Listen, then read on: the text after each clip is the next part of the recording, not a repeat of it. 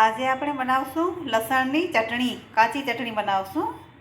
એના માટે મેં બે ટેબલ સ્પૂન કશ્મીરી લાલ મરચું લીધું છે, 1 ટેબલ સ્પૂન ધાણા જીરું પાવડર લીધું છે અને 1 લસણનો કોળિયો લીધો છે. એને મેં છોલી અને રાખી દીધું છે. હવે આપણે મિક્સર જારમાં આ બધી સામગ્રી નાખશું અને એની ચટણી બનાવશું.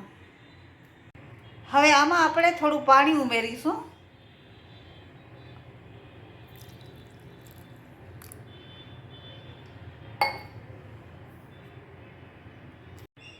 આપણી ચટણી તૈયાર થઈ ચૂકી છે. હવે જ્યારે પણ જમવા બેસું ત્યારે તેમાં થોડુંક મીઠું અને તેલ ઉમેરી મિક્સ કરી અને રોટલી પરોઠા સાથે ખાવી. મસ્ત મજાની લાલ ચટક ચટણી આપણી તૈયાર છે, લસણવાળી. Thank you.